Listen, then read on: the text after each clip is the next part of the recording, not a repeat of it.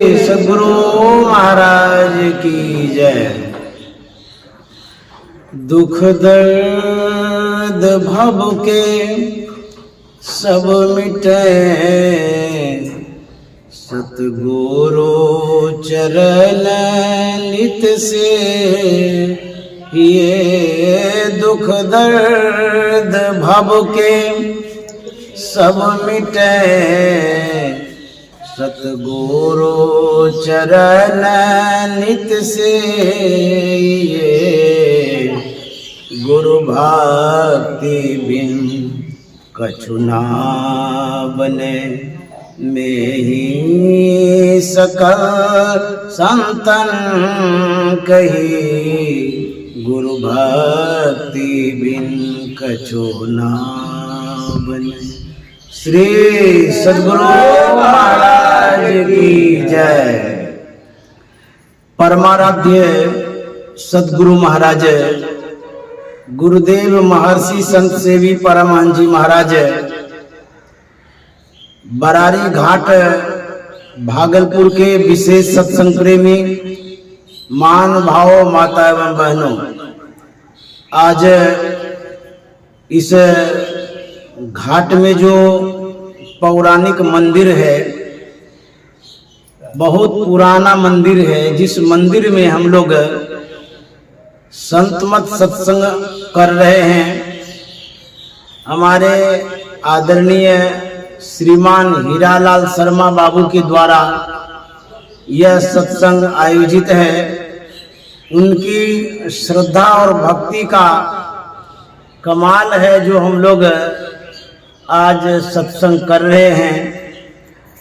इनके परिवार वालों ने जो सत्संग का विचार किया और सत्संग के लिए मुझे कहा गया, उन्हें बहुत बहुत साधुवाद है।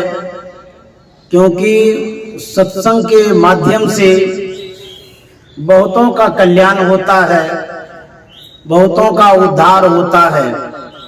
तो यह आयोजन बड़ा सराहनीय आयोजन है जो हमारे शर्मा बाबू ने किया है। हम लोग संतमत सत्संग करते हैं। संतों के मत व विचार को संतमत कहते हैं। परिभाषा में परमाराध्य सद्गुरु महाराज ने कहा है, शांति स्थिरता व निश्चलता को कहते हैं। शांति को जो प्राप्त कर लेते हैं संत कहलाते हैं। संतों के मत व धर्म को संत मत कहते हैं। गुरु महाराज ने परिभाषा में लिखा है, जिनमें स्थिरता है। क्या शरीर की स्थिरता? नहीं, मन की स्थिरता, सूरत की स्थिरता, साधना की स्थिरता, जिनमें अंतर्मुखता है, उसी को कहते हैं संत। और उपनिषद में भी लिखा हुआ है कि भिद्यते हृदय ग्रंथिस छिद्यन्ते सर्व संशया क्षीयन्ते चास्य कर्माणि तस्मिन् दृष्टे परावरे। जिनके हृदय की ग्रंथि खुल गई है, जड़ चेतन ही ग्रंथि पर गई, यद्यपि मृषा छूटत कठिनाई, जड़ और चेतन की गांठ पड़ गई है। कहाँ? हृदय में, भीतर में। ये अज्ञानता की गांठ है। जिनके अंदर में गांठ खुल गया है, जिनकी ग्रंथि खुल गई है, जो परे से परे प्रभु परमात्मा को जानते हैं, देखते हैं, पहचानते हैं, ऐसे को संत कहते हैं। जे पहुँचे ते कही गए, तिनकी एक ही बात, सबे सयाने एक मत, तिनकी एक ही जात। जो पहुँच गए हैं, कहाँ पहुँच गए? घर पहुँच गए हैं, कि हरिद्वार पहुँच गए हैं, कि बद्रीनाथ पहुँच गए हैं, कि केदारनाथ धाम पहुँच गए हैं? नहीं, जो अंतर में पहुँच गए हैं, परमात्मा तक पहुँच गए हैं, जिनकी वृत्ति अंतर की हो गई है, जिन्होंने लक्ष्य को प्राप्त कर लिया है, उसी को कहते हैं संत। यहां न पक्षपात कछु राखूं, वेद पुराण संत मत भाखूं। यहां मतलब संत समाज में पक्षपात की बात नहीं होती है। कहते हैं गोस्वामी तुलसीदास जी महाराज कहते हैं, वेद पुराण संत मत भाखूं। संत मत में वेद की बात कही जाती है, पुराण की बात कही जाती है, शास्त्र की बात कही जाती है, अंतर की बात कही जाती है, प्रकाश की बात कही जाती है, शब्द की बात कही जाती है। संत मत बहुत संप्रदायों में प्रचलित मत है। बहुत लोग संत मत रखे हुए हैं नाम, लोग कहा करते हैं हम भी संत मत के हैं। लेकिन जो संत का विचार है, वास्तविक विचार, मूल विचार, उन विचारों में आप परिणत है कि नहीं है, उन विचारों से सरोकार है कि नहीं है। यदि आप संत मत के विचार के अनुरूप हैं तब तो संत मत वाले हैं, अन्यथा सिर्फ नाम है आपका। हमारे गुरु महाराज ने कहा है, जहां ज्योति और शब्द की चर्चा न हो वह संत मत नहीं है। जिस मत में प्रकाश और शब्द की बात न होती हो वह संत मत नहीं है। बहुत लोग दीक्षा देते हैं, शिष्य बनाते हैं। दीक्षा देने में वो बताते क्या है, कोई जप बतला देते हैं और माला दे देते हैं, कुछ पूजा पाठ करने के लिए बतला देते हैं। बस यही आप जीवन भर करते रहिए। संत मत इतनी ही पद्धति में सीमित नहीं है, सिर्फ पूजा पाठ करते रहिए वो संत मत हो गया, नहीं। संत मत में अंतर साधना की बात होती है, अंतर प्रकाश की बात होती है। जो गुरु महाराज ने बतलाया है, मन को समेटने के लिए पहले मानस जप करिए। मन को जो सूक्ष्मता की ओर ले जाएंगे, लक्ष्य की ओर ले जाएंगे। मन को समेटने का जो संसाधन है, प्रथम मानस जप है। मानस जप के द्वारा हम मन को समेटते हैं।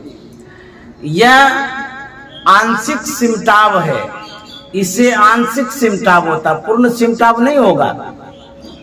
क्योंकि जप करने से मन धीरे धीरे धीरे ठहरेगा, रुकेगा, सिमटेगा। इसलिए गुरु महाराज ने पहले जप करने के लिए बतला दिया। जप भी बहुत प्रकार का होता है, वैसे तो 3 प्रकार बतला दिया गया है, वाचिक जप, उपांशु जप और मानस जप। वाचिक जप कहते हैं हम बोल बोल करके जो करते हैं, चाहे वो हे राम कहते हो, वासुदेवाय नमः कहते हो, अथवा और भी कोई जो जप है, मुंह से जो उच्चारण करते हैं, बोलते हैं, यह वाचिक जप है, बोल करके जपना।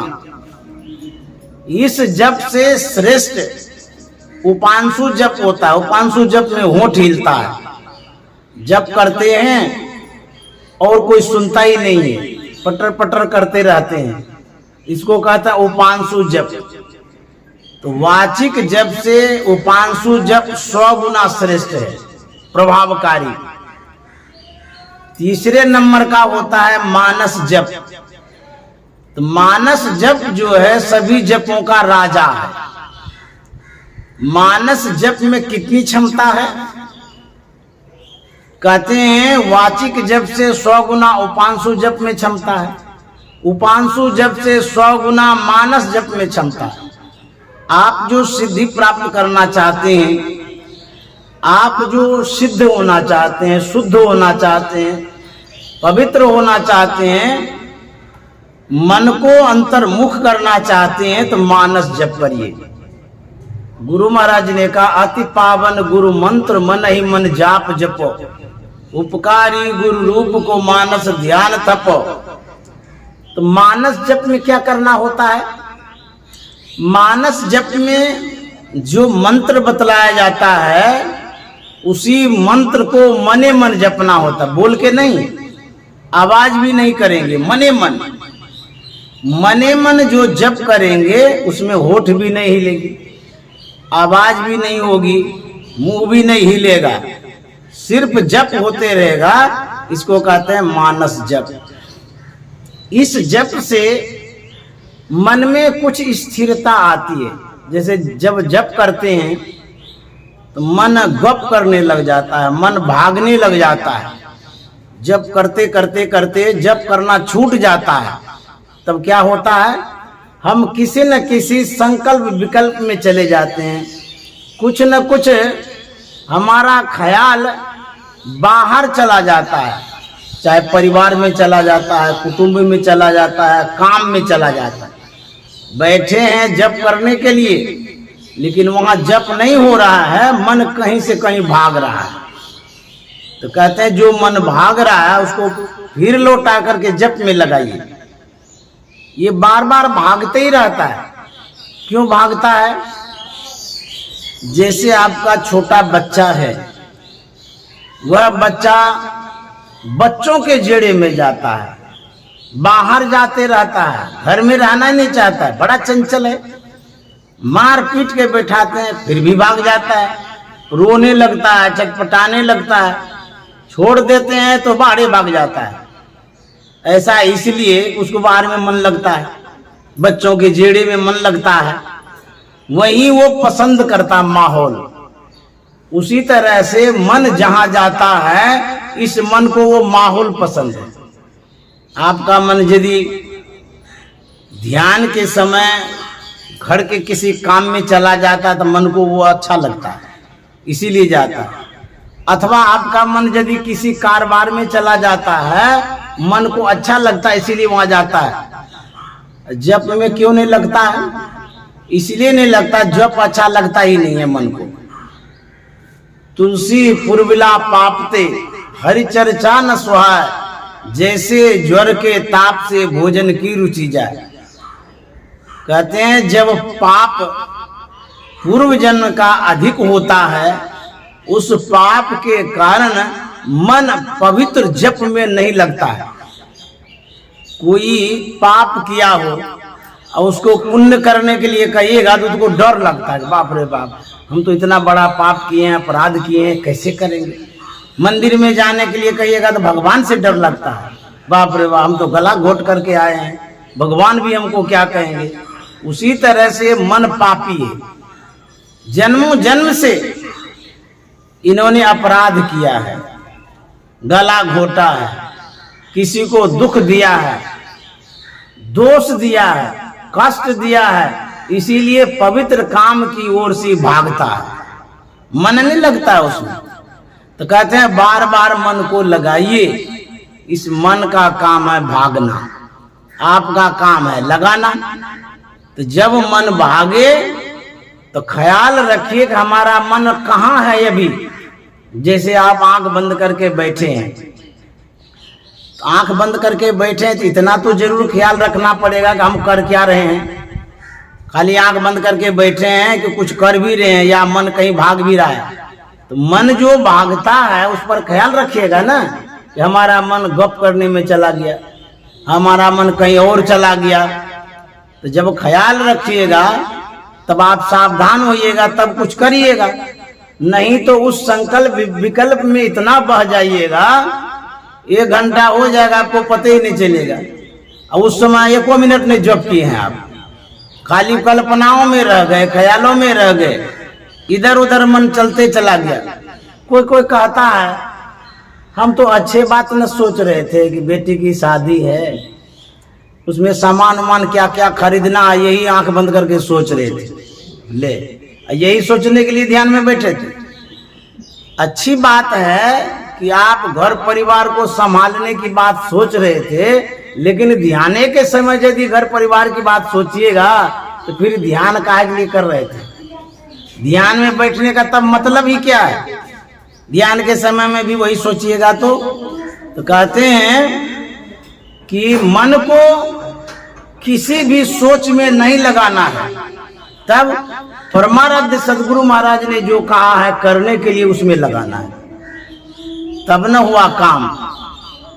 कोई किसान गया है कुदाल चलाने के लिए, वो कुदाल नहीं चला करके घास गढ़ने लग जाता है, तो उसको लोग क्या कहेगा कि आप क्या कर रहे हैं? बोले कोई काम ही नहीं कर रहे हैं। बोले अरे अभी कोड़ने का काम होगा कि घास गढ़ने का काम होगा? तो जिस समय जो काम होना चाहिए उस समय वही काम करिए। तो मन जब भागता है तो भागने नहीं दीजिए, क्योंकि आप ध्यान करने के लिए बैठे हैं। इसीलिए मानस जप जो है दृढ़ता पूर्वक सावधानी पूर्वक जब आप करेंगे तब आपका मन कुछ सिमटाव में आएगा। जो कोई सिर्फ जपे में लगे रहते हैं जीवन पर्यंत, तो कहते हैं उनकी जो साधना पद्धति है अधूरी है। बहुत लोगों को सिर्फ इतना ही बतला दिया है, माला जपते रहिए, पान फूल प्रसाद चढ़ाते रहिए और गुरु जी का दर्शन प्रसन्न करते रहिए। इतना से कल्याण नहीं होगा। जप प्राथमिक साधना पद्धति है, जपे तक सीमित नहीं रहना है, उसके बाद ध्यान करना है। जो गुरु महाराज ने ध्यान करने के लिए बतलाया है उस तरह से हम ध्यान करेंगे। जब ध्यान करेंगे उस ध्यान से एकाग्रता बढ़ेगी। उसके बाद दृष्टियों की क्रिया है। बहुत लोग मुझसे दूरभाष पर फोन पर पूछा करते हैं कि मैं इस तरह से करता हूं, तो बहुतों के करने में मैं अंतर पाता हूं। जिस तरह से दीक्षा के समय ध्यान करने के लिए बतलाया जाता है वैसा नहीं करके कुछ अलग ढंग से लोग क्या करते हैं। कोई बोलते हैं कि मैं जब मानस ध्यान करता हूं तो उस समय जप भी करता हूं। कोई बोलते हैं जब दृष्टियोग करता हूं तो उस समय भी मैं मानस जप करता हूं। यह क्रिया ठीक नहीं है, इस तरह से करना सही नहीं है। जब आप जप करते हैं जितनी देर जप करना हो कर लीजिए, जब तक आपको करने का है। जप करते करते करते जप को छोड़ दीजिए। जब आप जप छोड़ करके मानस ध्यान में लगते हैं वो दूसरी सीढ़ी है। पहली सीढ़ी से जब आप दूसरी सीढ़ी पर चले गए तो फिर पहली सीढ़ी पर आने की क्या आवश्यकता है? हाँ, यदि आप मानस जप सही ढंग से नहीं कर पाते हैं तो फिर से मानस जप करिए। मानस ध्यान करने में यदि मजबूती नहीं आ पा रही है, फिसल जाते हैं, भटक जाते हैं, मन कहीं से कहीं भाग जाता है, तो फिर से मानस जप करिए। मानस जप के समय और कुछ मत करिए। मानस जप करते करते करते इसमें दृढ़ता जब आ जाती है, यदि आप सही ढंग से जप करने लग जाते हैं तो फिर मानस जप को करना छोड़ दीजिए, फिर मानस ध्यान करिए। जब आप मानस ध्यान करते हैं, ये दूसरी सीढ़ी है, तो मानस ध्यान के समय जप नहीं करना चाहिए। इस बात को याद रखिए ठीक से। जब हम ध्यान करने लग जाते हैं, मानस ध्यान करने लग जाते हैं, वहां जप नहीं करेंगे। बहुत लोग ये गलती करते हैं, ध्यान भी करते हैं और जप भी करते हैं। दो काम एक साथ करेंगे सफलता नहीं मिलेगी। दो संग न होई भुआलू, हसब ठठाई फुलाऊ गालू। कोई आदमी हंसबे करे और गालो फुलावे, ही होगा। या तो वो हंसबे करेगा या तो गाल फुलाएगा या रुस जाएगा। एक काम होता है। उसी तरह से जब आप जप करते हैं तो वहां पर मानस ध्यान नहीं होगा। जब आप मानस ध्यान करते हैं तो वहां मानस जप नहीं करेंगे, नहीं करना चाहिए। उसके बाद तीसरी क्रिया है दृष्टि योग। दृष्टि योग जब करने लग जाते हैं, वहां मानस जप नहीं करेंगे, मानस ध्यान भी नहीं करेंगे। तब क्या करेंगे? जिस तरह से आपको दृष्टि योग करने के लिए बतला दिया गया है, उस तरह से दृष्टि योग करेंगे। आंख बंद करके अंधकार में हम लोग देखते हैं, तो अंधकार में जो देखते हैं, बहुतों को लगता खाली देखते रहेंगे क्या, कुछ तो करते ही नहीं है। अरे वहां करना क्या, वही तो देखना करना है। जब आप आंख बंद करके देखते हैं, वो खाली देखना ही है, वहां पर जप नहीं करना है। बहुत लोगों के मन में होता है यहाँ कुछ कर लेते हैं जप। अरे वहां करना ही नहीं है। जप नहीं करेंगे, ध्यान भी नहीं करेंगे, तब दृष्टियों की क्रिया करेंगे। दृष्टियों की क्रिया में सिर्फ देखने की बात होती है। वहां अंधकार मालूम पड़ता है, उसी अंधकार में एकटक देखना है। तो कहाँ देखना है? जहां पर आपको देखने के लिए बतला दिया गया है। ये सांकेतिक बात है, गुरु का ये भेद है, खोल करके बतलाया नहीं जा सकता है। तो आंख बंद करने के बाद दृष्टि योग जब करते हैं, तो वहां न जप है न ध्यान है, मानस ध्यान, सिर्फ दृष्टि योग की क्रिया करेंगे। बहुत लोगों की भूल होती है, वहां पर जब दृष्टि योग करते हैं तो जप भी करने लग जाते हैं। इसका मतलब ये है कि जो दृष्टि योग करते हैं उसको दृष्टि योग करने नहीं आता है। दृष्टि योग करने आएगा तो फिर जप कहां से करेगा वो? अथवा वो दृष्टि योग की क्रिया को सही ढंग से समझे ही नहीं है। यदि कोई दृष्टि योग की क्रिया सही ढंग से समझ लेंगे तो वहां जप करने की आवश्यकता नहीं है। दृष्टि योग की क्रिया जो है तीसरी सीढ़ी है। अब तीसरी सीढ़ी पर आ गए, फिर पहली सीढ़ी पर करेंगे, क्योंकि पागले आदमी ऊपर चढ़ गए फिर नीचे का उतरते हैं। तो जो दृष्टि योग की क्रिया है, वहां पर सिर्फ देखने की क्रिया करनी है और वहां पर कुछ करने की आवश्यकता नहीं है। तो ये जो क्रिया है, ये तीसरी क्रिया है, जिसको बिंदु ध्यान भी कहते हैं, दृष्टि योग भी कहते हैं, दृष्टि योग भी कहते हैं। इस तरह से संत मत में ये तीन क्रियाएं हुई।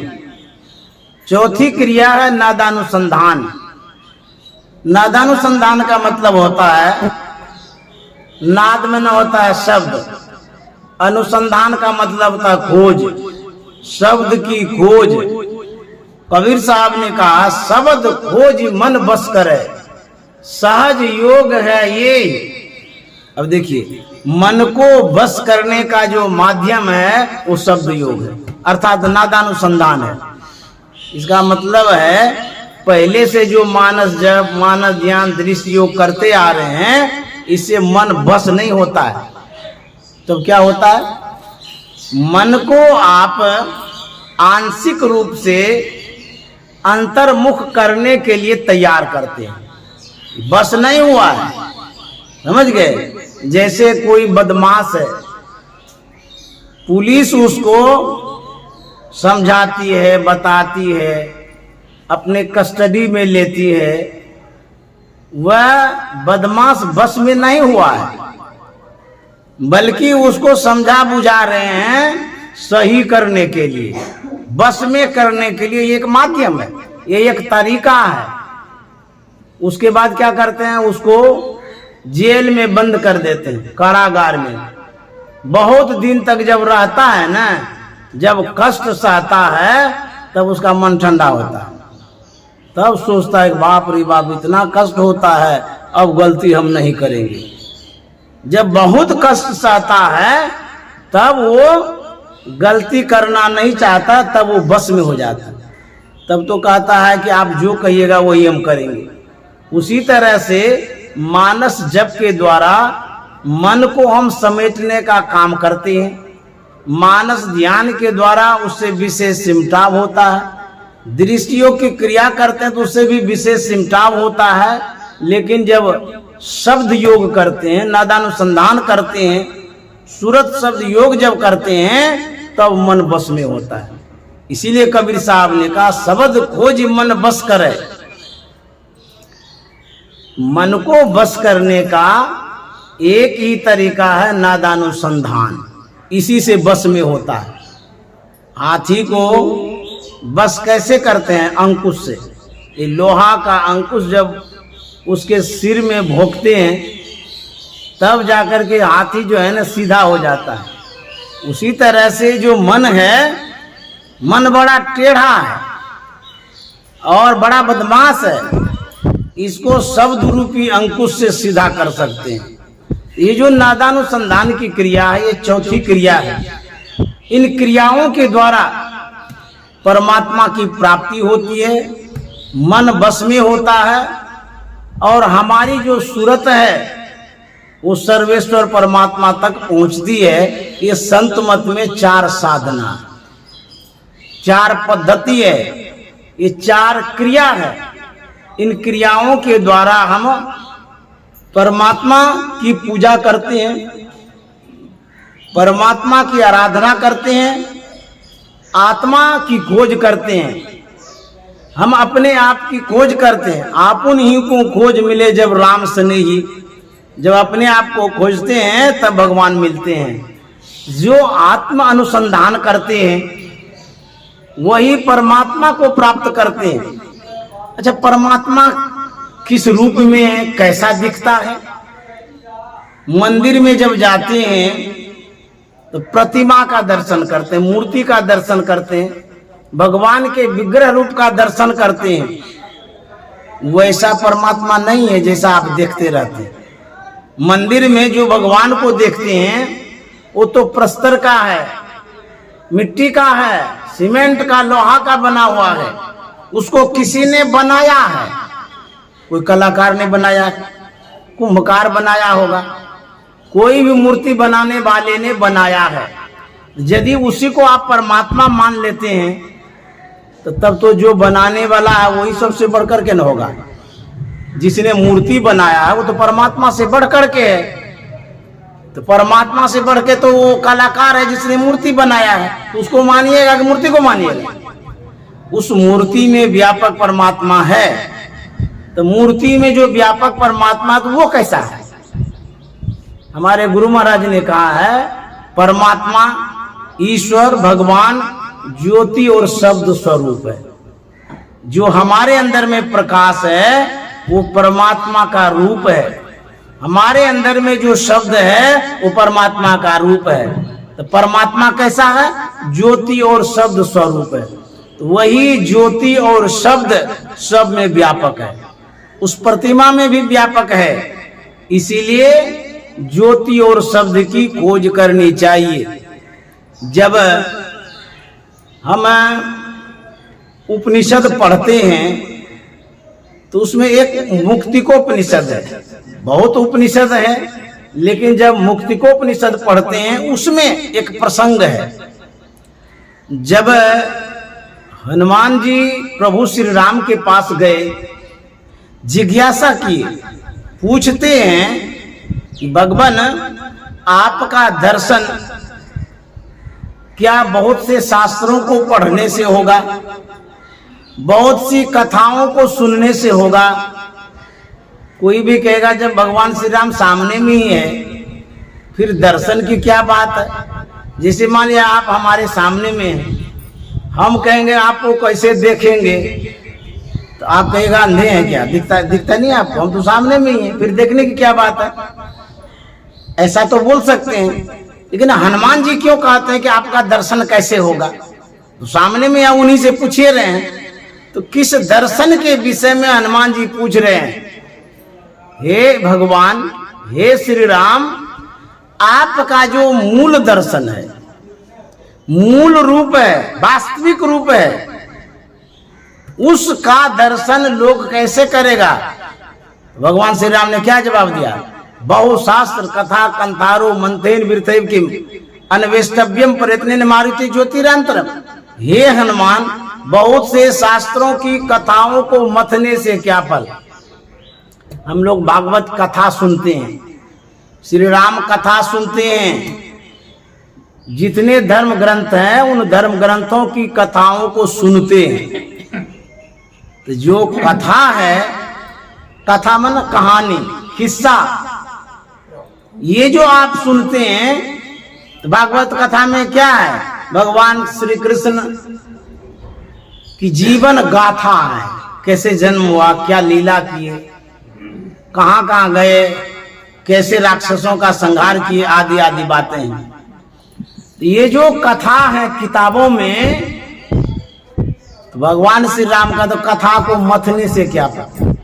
ये मथना शब्द जो है, जैसे बच्चा कादवा मथता है, हाथ में ले करके भात मथता है।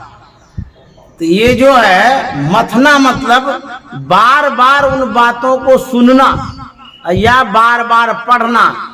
कहते हैं जितनी कथाएं हैं धर्म ग्रंथों में, उसको क्यों मथते रहते? मथने से क्या फल मिलेगा? कोई फल नहीं मिलने वाला है। जैसी जिज्ञासा तुम्हारी है, यदि कोई हमको प्राप्त करना चाहता है, तो भगवान श्री राम क्या कहते हैं? हे हनुमान, अंतर की ज्योति की खोज करो,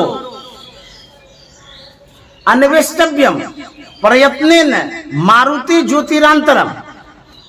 अन्वेष्टव्यम का मतलब होता है खोज करिए। अन्वेष्ट मतलब खोज करिए। भगवान श्री राम कहते हैं ये हनुमान खोजो। वो क्या खोजने के लिए कहते हैं? और उसके बाद दूसरे शब्दों में कहते हैं प्रयत्नेन। खोजना कैसे? प्रयत्न पूर्वक, प्रयास पूर्वक, एक अनमनस्क ढंग से हम खोजते रहते हैं। लेकिन भगवान श्री राम कहते नहीं, प्रयत्न पूर्वक खोजिए। प्रयत्नेन मारुति ज्योतिरांतरम, हे मारुति, हे हनुमान, ज्योतिरांतरम तुम्हारे अंदर में, अंतर मतलब तुम्हारे भीतर में जो ज्योति है, जो प्रकाश है, उसकी खोज करो। अब जरा सोचिए, भगवान श्री राम कहते हैं हे हनुमान, तुम्हारे अंदर में जो प्रकाश है उसकी खोज करो। तो हनुमान जी पूछ क्या रहे थे? हनुमान जी यही पूछ रहे थे कि आपका दर्शन कैसे होगा, आपसे भेंट कैसे होगी, आपको हम कैसे देख पाएंगे। अब भगवान श्री राम क्या उत्तर देते हैं? तुम अपने अंदर में जो प्रकाश है उसकी खोज करो। इसका मतलब क्या हुआ? हे हनुमान, तुम जो अपने अंदर के प्रकाश को खोजोगे, अंदर में जो प्रकाश है उसको यदि पाओगे, उसी रूप में मैं मिल जाऊंगा। अब देखिए, तो भगवान श्री राम कहते हैं कैसे हैं? प्रकाश स्वरूप है। अंतर की ज्योति की जब खोज करेंगे, आपके अंदर में है, सबके अंदर में है, उसी ज्योति में परमात्मा की प्राप्ति होगी, भगवान मिलेंगे। भगवान का वही रूप है। अब समझ में आ गया? भगवान कैसे हैं? प्रकाश स्वरूप हैं। और उसको खोजने के लिए कहाँ जाना है? कहीं नहीं जाना है। जब भगवान श्री राम कहते हैं हनुमान को तुम अपने अंदर में खोजो, तो फिर जाने की क्या आवश्यकता है? तुम्हारे अंदर में वो परमात्मा है, भगवान है। किस रूप में? ज्योति रूप में है। तो बाहर जाने की आवश्यकता नहीं है। एक वेश्या थी, भगवान बुद्ध के पास आती है और प्रार्थना करती है। बड़े दीनहीन भाव में वह कहती है, भंते, मैं बड़ी पापनी हूं, अधम हूं, नीच हूं। मैंने इतना अपकर्म किया है, अनर्थ किया है, कुकर्म किया है, जिसके कारण हमारे अंदर में अंधकार हो गया है, अज्ञानता हो गई है। भगवान हमारे अंदर में प्रकाश कर दीजिए। भगवान बुद्ध से वो प्रार्थना कर रही थी। भगवान बुद्ध ने कहा, यदि तुम्हारे पास पड़ोस में कोई दिया जलाया हो, क्या तुम्हारे घर में प्रकाश हो जाएगा? कहते नहीं, कैसे प्रकाश होगा? बोले क्यों नहीं होगा? बोले वो तो अपने घर में जलाया है। तो फिर क्या करना होगा? बोले कि हम अपने घर में जब जलाएंगे तब प्रकाश होगा। तो भगवान बुद्ध ने कहा, आत्मदीपो भव। इसका मतलब हुआ तुम स्वयं दिया जलाओ। कोई तुम्हारे अंदर में प्रकाश नहीं कर सकता है, तुमको स्वयं दिया जलाना होगा। प्रयास तुमको स्वयं करना होगा। बाहर में कहीं भी भटकते रहिए, खोजते रहिए, परमात्मा नहीं मिलेंगे। गोस्वामी जी ने तो लिख दिया, कितने बड़े संत हैं, रामचरितमानस के रचयिता हैं, विश्व में उनके ग्रंथों को माना जाता है।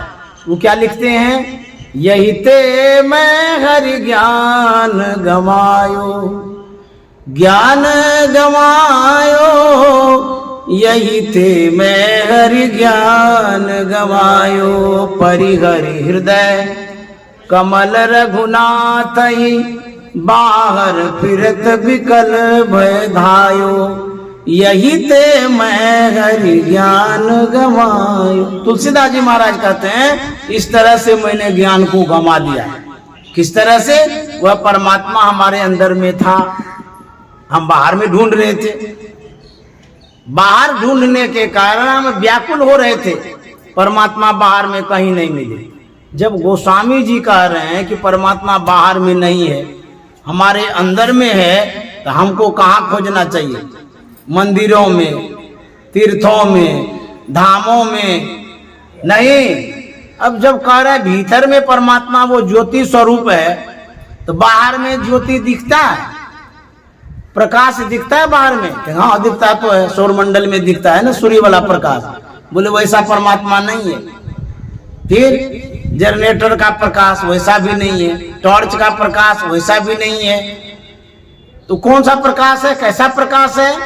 हमारे गुरु महाराज ने लिखा है, गुरु मम सूरत को गगन पर चढ़ाना, दया करके सत धुन की धारा गहाना, अपनी किरण का सहारा गहा कर, अपनी किरण का सहारा गहा कर, परम तेजोमय रूप अपना दिखाना, गुरु मम सूरत को गगन पर चढ़ाना, दया करके सत धुन की धारा गम। गुरु महाराज क्या कहते हैं? अपनी किरण का सहारा गाद। गुरु महाराज बाबा देवी साहब अपने गुरु से प्रार्थना करते हैं, हे गुरुदेव मेरी सूरत को अंतराकाश में चढ़ा दीजिए, लगा दीजिए, प्रतिष्ठित कर दीजिए, गगन पर चढ़ाना।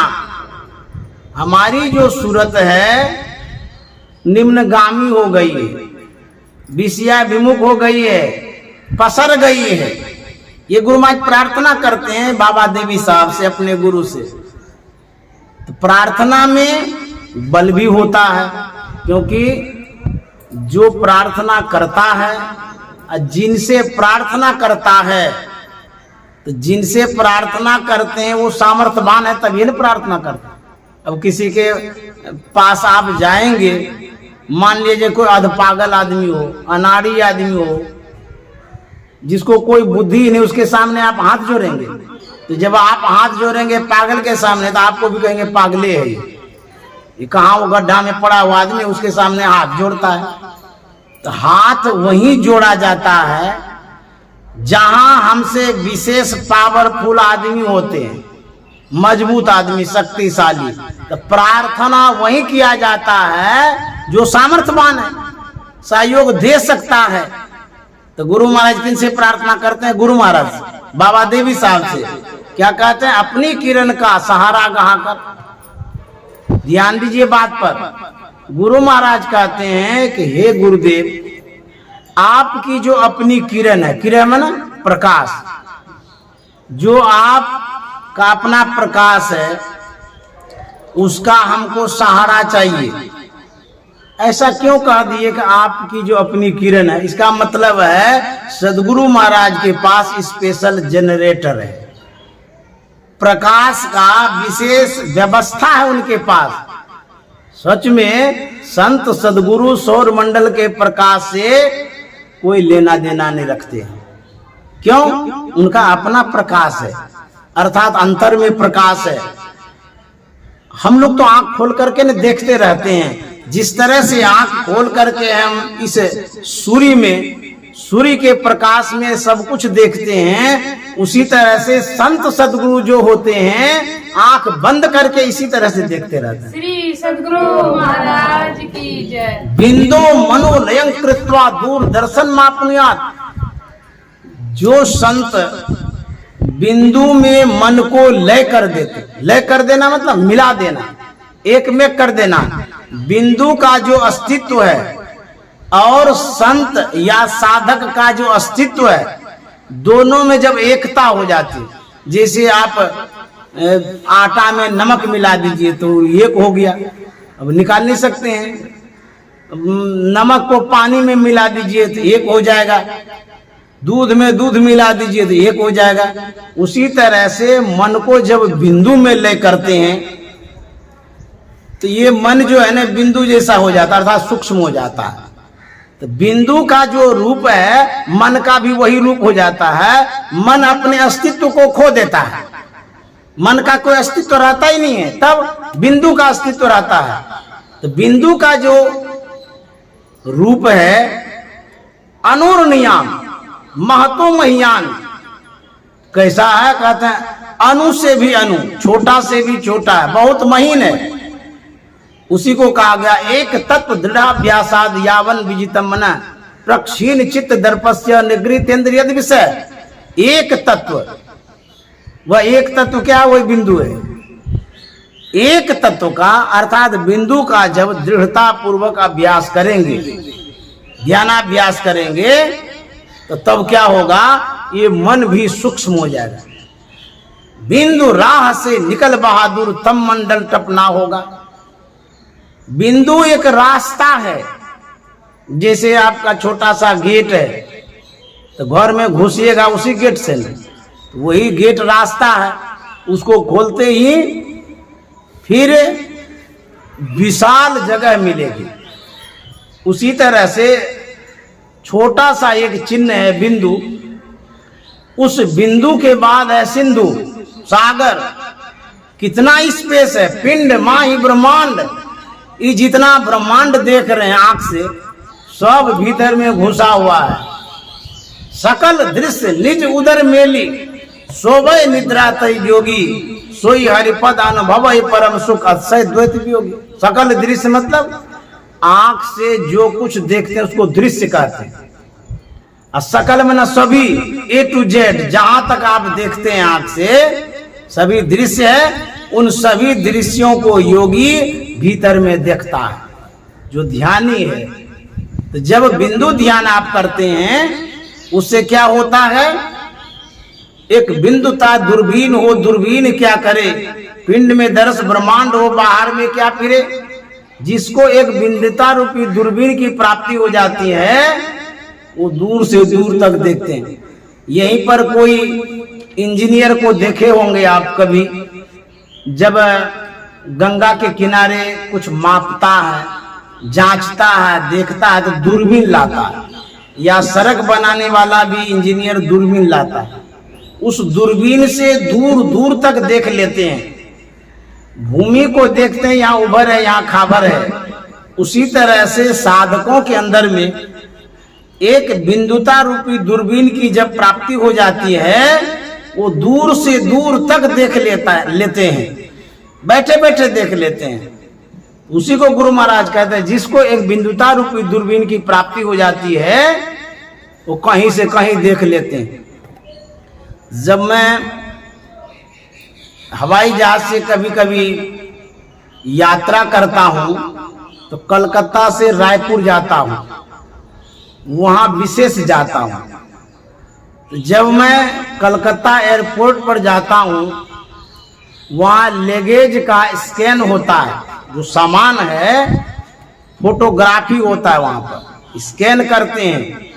सामान अटैची में है, बैग में है, सामान में सामान रखा हुआ है, कितना जो कुछ भी सामान है बंद, लेकिन जब स्कैनर मशीन में डालता है सब कुछ वो देख लेता है। अब देखिए, अटैची में बंद सामान देखता है। कई बार ऐसा हुआ है, मेरे बैग में ब्लेड था, पत्ती, तो पत्ती लिए थे दाढ़ी बनाने के लिए, तो वहां मशीन बोलने लगी। तो वो आदमी क्या कहता है कि बाबा आपके बैग में क्या चीज है? हम बोले कि हमारे उपयोग की चीज है, जो मेरे काम में आता वही सब रखे हैं। बोले नहीं, इसको खोल के दिखा, इसमें कुछ ऐसा चीज है जो मशीन कहती है कि आप नहीं ले जा सकते। बोले रे हम क्या रखे हैं जो मशीन कहती है? बोले नहीं नहीं, खोल के दिखाना पड़ेगा। तो वहां पुलिस कह रही है, मानना पड़ेगा बात। जब सब खोलते गए तो पत्ती निकली। तो वो बोलता है पत्ती को यहीं फेंक दीजिए, हम नया पैकेट ले लिए थे, कई दिन जरूरत पड़ेगा, फेंकवा दिया वो। तो जो स्कैनर मशीन है, उस स्कैनर मशीन में इतनी क्षमता है कि वो अटैची के परत को पार कर जाती है। देखिए ऐसा सब मशीन है कि उसके सामने में जो आवरण है, उस आवरण को वो छेद देता है। अब कैसा मशीन बना हुआ है? भौतिक यंत्र है, वो भौतिक संसाधन है। उस भौतिक मशीन में, स्कैनर मशीन में इतनी क्षमता है कि आपके अटैची में जो सामान रखा हुआ है उसको वो छेद के देख लेता है, फोटो हो जाता है उसका। आपके अटैची में क्या क्या है वो फोटो ले लेता है। जो कोई एयरपोर्ट से गुजरते हैं, वो ऐसा मशीन लगा हुआ है, आप शरीर में कहीं भी कुछ छिपा के रखिए सब देख लेगा। उसके सामने कोई पर्दा ही नहीं रहता है, सब ओपन हो जाता है, सब कुछ देख लेता है।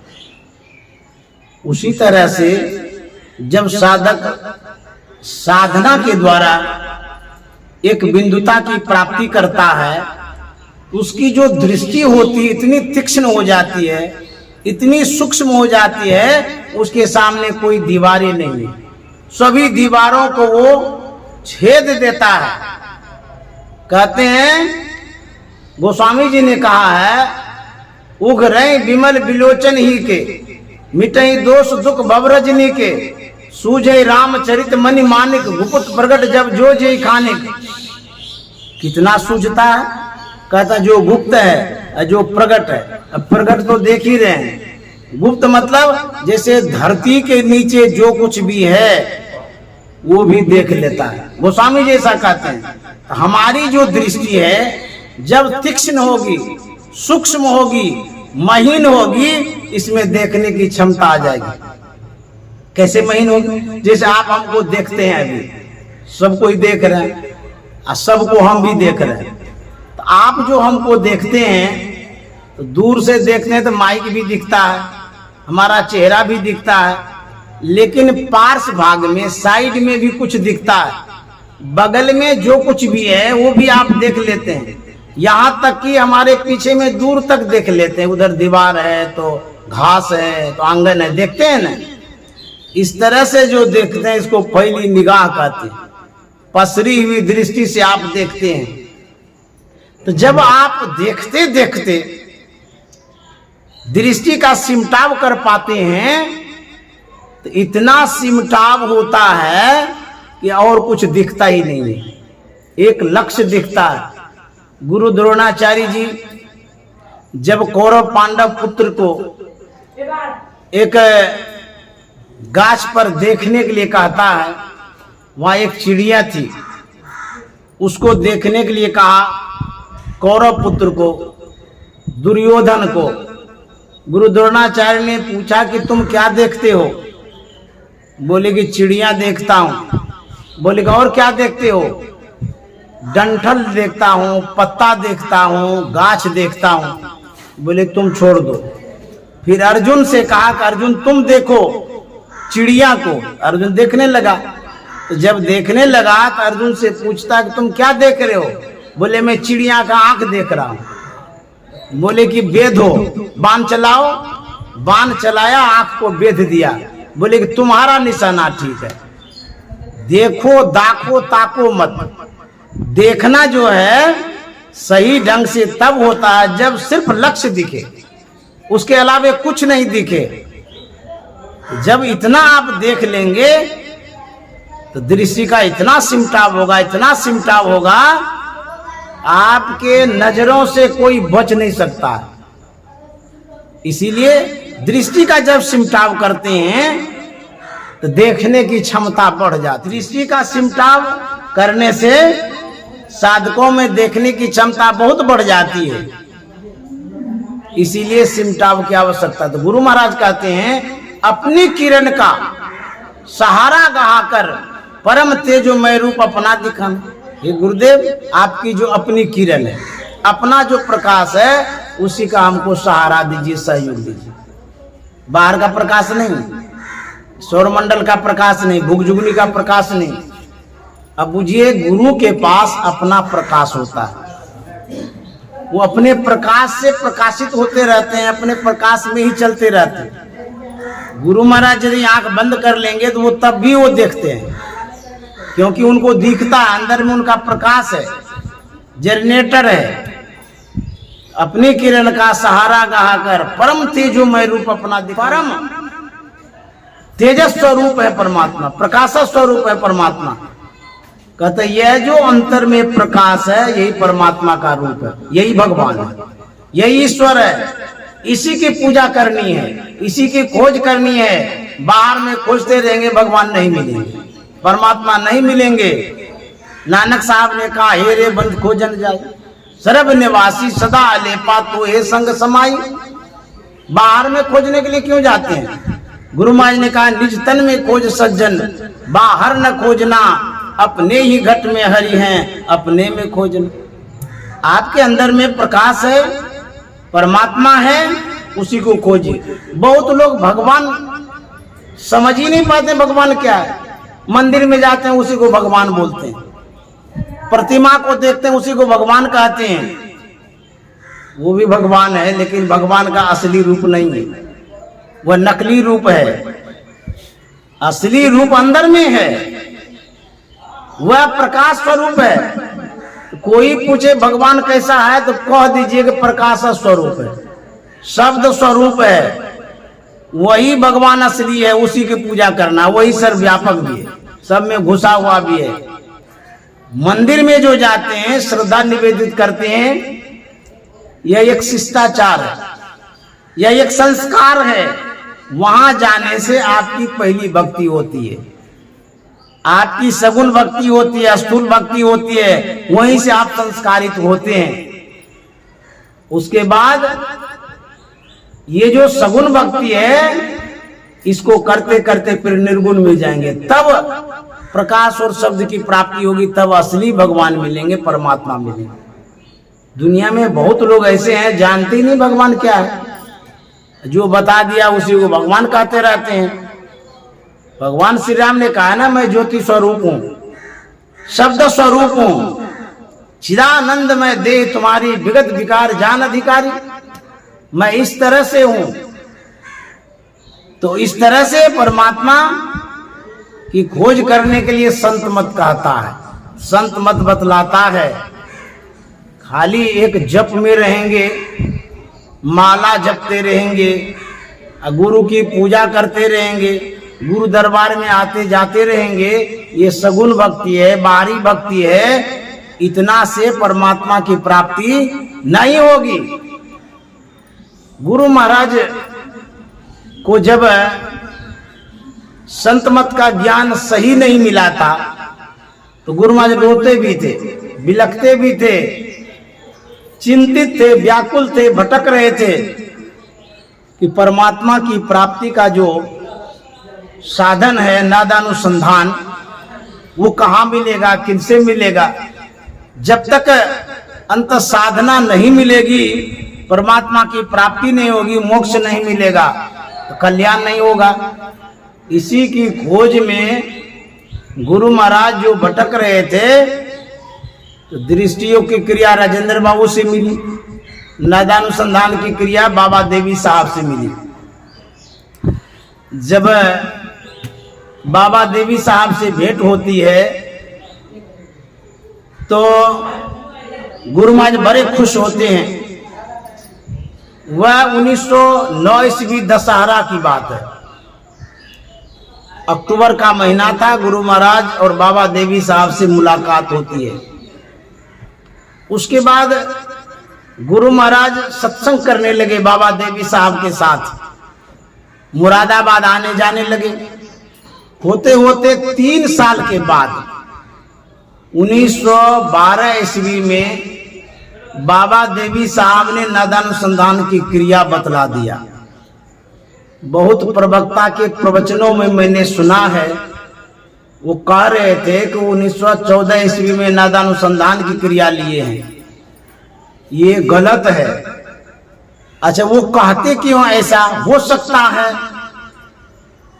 वो पढ़े होंगे किसी किताब को। मैंने इसका भी रिसर्च किया, खोज किया, तो गीता योग प्रकाश जो अभी वर्तमान में है, उसमें जो भूमिका में गुरु महाराज का जीवन चरित्र लिखा हुआ है, उसमें लिखा हुआ है कि 1914 ईस्वी में नादानुसंधान लिए, तो वो भी एक प्रमाण है। तो वो गलत है, कहेंगे आप कैसे गलत साबित कर सकते हैं?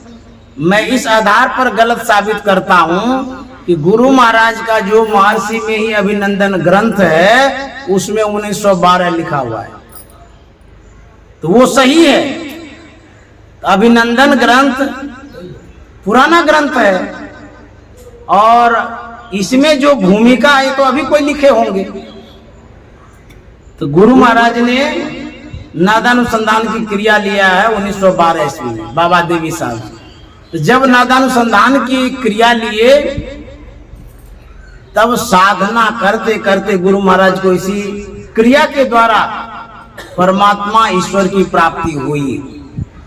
तो किस रूप में हुई? श्री सद्गुरु महाराज की जय। तो परमात्मा की प्राप्ति किस रूप में हुई?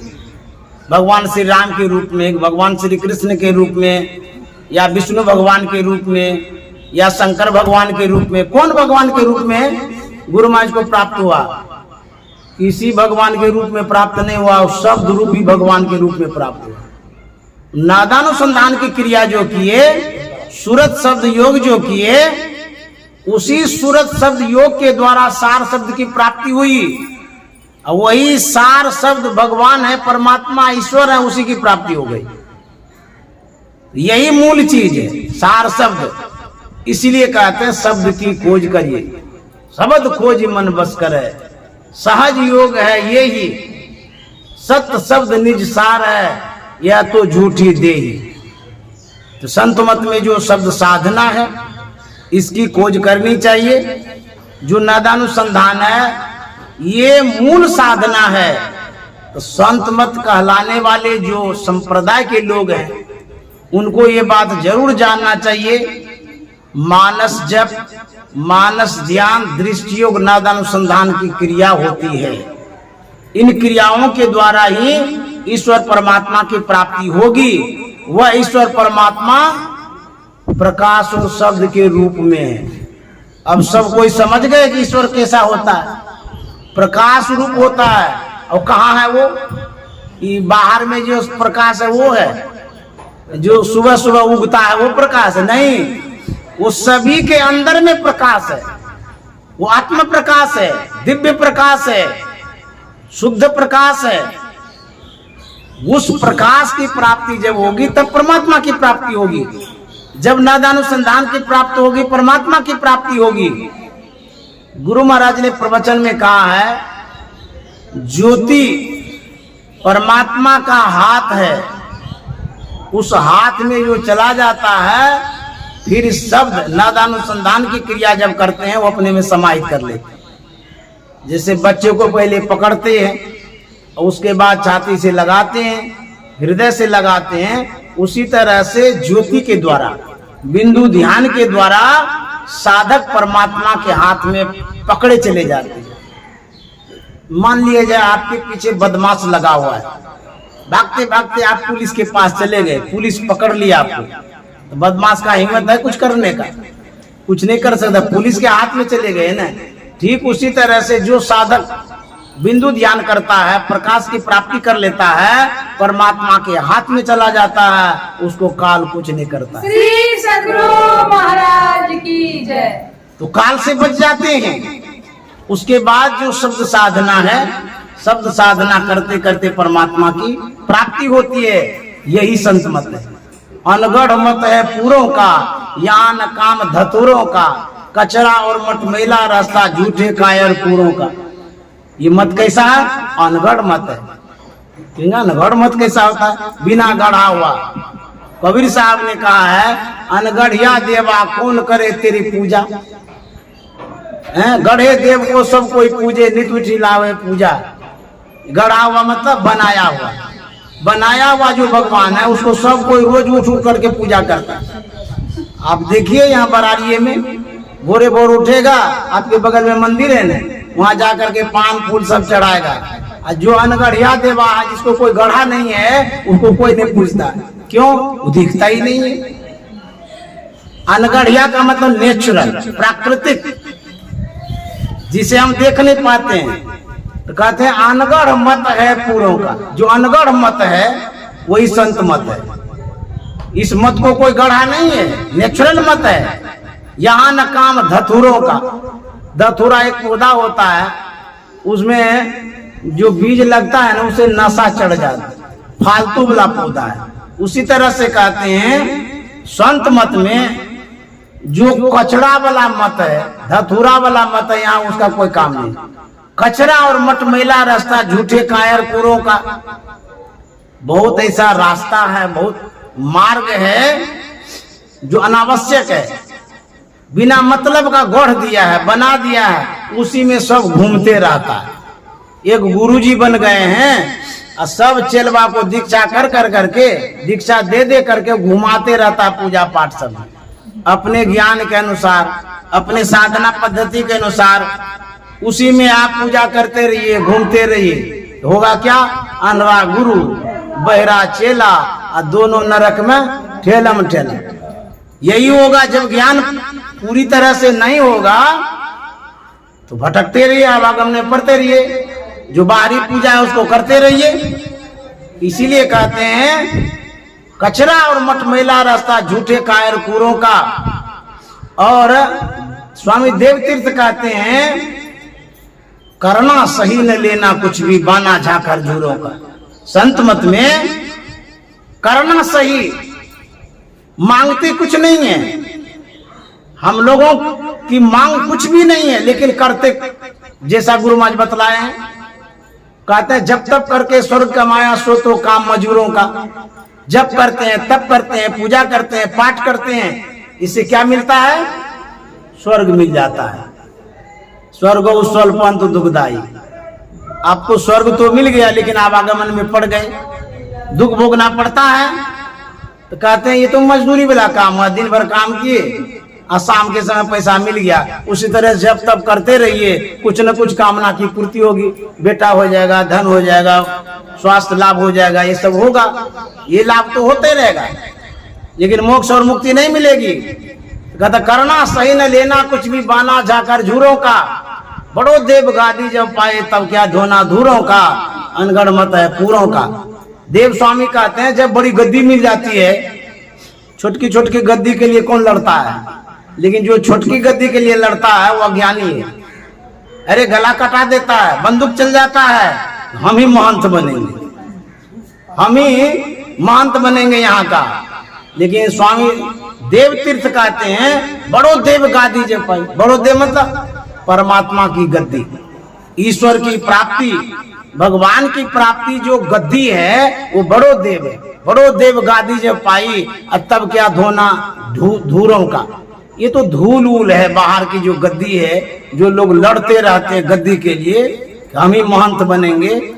तो कहते हैं तो धूल है। इसका मतलब है बड़ो देव उसको नहीं मिला है, परमात्मा की प्राप्ति नहीं हुई है, तब नहीं खोजता है। मान लिया जाए आपको कोई हवाई जहाज दे दिया है, तो आप रोइएगा साइकिल के लिए, तो कहेगा बड़ा बेवकूफ आदमी है, साइकिल के लिए क्यों रोता है, हवाई जहाज तो मिला है। इसका मतलब मिलवे नहीं किया है। जो सांसारिक गद्दियों के लिए लड़ता है, जिसको पद चाहिए, प्रतिष्ठा चाहिए, गद्दी चाहिए, महंतगिरी चाहिए, इसका मतलब है कि बड़ा देव उसको नहीं मिला, परमात्मा नहीं मिला, अंतर में ज्योति की प्राप्ति नहीं हुई है, बिंदु ध्यान उसने नहीं किया है। बाह्य वेशभूषा है, लेकिन जो उपलब्धि होनी चाहिए वो नहीं है। जिसको बिंदु की भी प्राप्ति हो जाएगी वो कभी नहीं लड़ेगा। धन के लिए काहे लड़ेगा भाई? वो तो बहुत बड़ा धन है बिंदु ध्यान। तो जो लड़ता है उसको प्रकाश की प्राप्ति नहीं हुई है, लिख लीजिए। और उसको बिंदु ध्यान नहीं हुआ, ये लिख लीजिए। समझ गए? तो बिंदु ध्यान जिसको प्राप्त हो गया है, भले वो बहुत बड़ा महात्मा कहलाते हो, महंत कहलाते हो, लेकिन जड़ धन के लिए यदि लड़ता है, उसी के पीछे पड़ा रहता है प्रतिष्ठा के लिए, तो बिंदु धन की प्राप्ति नहीं हुई है। वो बाह्य धन में लगा हुआ है, बाह्य प्रतिष्ठा में लगा हुआ है, बाह्य गद्दी में लगा है, राजनीति करते रहता है। सीधा सीधा बात है, बिंदु ध्यान करने वाले का मन सिमट जाता है, सड़क जाता है, भीतर चला जाता है, बाहर में उसको कुछ दिखता ही नहीं है। और यदि दिखता भी है तो जैसे सोना है तो उसको मिट्टी दिखता है। अब ये कोई बच्चा है जो दूध पीता है, उसको हीरा दे दीजिए तो क्या करेगा? फेंक देगा, खेलेगा। और जो जानता है वो चट से उठा लेगा। उसी तरह से भीतर में जिसको पता चल गया है, बाहर में वो लटकेगा नहीं, झटकेगा नहीं, अटकेगा नहीं, भटकेगा नहीं। बाहर में जो अटकता है इसका मतलब है भीतर से वो दूर है, भीतर के चीज से वो दूर है। बहिर्मुखी वही होता है जिसको अंतर में कुछ नहीं मिलता है। इसी तरह से संत मत का जो ज्ञान है वो सार ज्ञान है, अंतर का ज्ञान है। इस ज्ञान को प्राप्त करना चाहिए, ध्यान करना चाहिए। ध्यान करके अंतर के प्रकाश और शब्द को प्राप्त करना चाहिए। इन्हीं शब्दों के साथ वाणी में विराम। और हमारे जो हीरालाल शर्मा बाबू हैं, ये दिल के हीरे हैं, मन के हीरे हैं, विचार के हीरे हैं। और हीरा बेशकीमती होता है तो बेशकीमती वाले ये सत्संगी भी हैं, तब न ये सत्संग कराए। इनको बहुत बहुत साधुवाद है, धन्यवाद है। और भाग्य से ये सत्संग मिलता है, आपने कराया, आप लोगों को बहुत बहुत धन्यवाद देते हैं। श्री सद्गुरु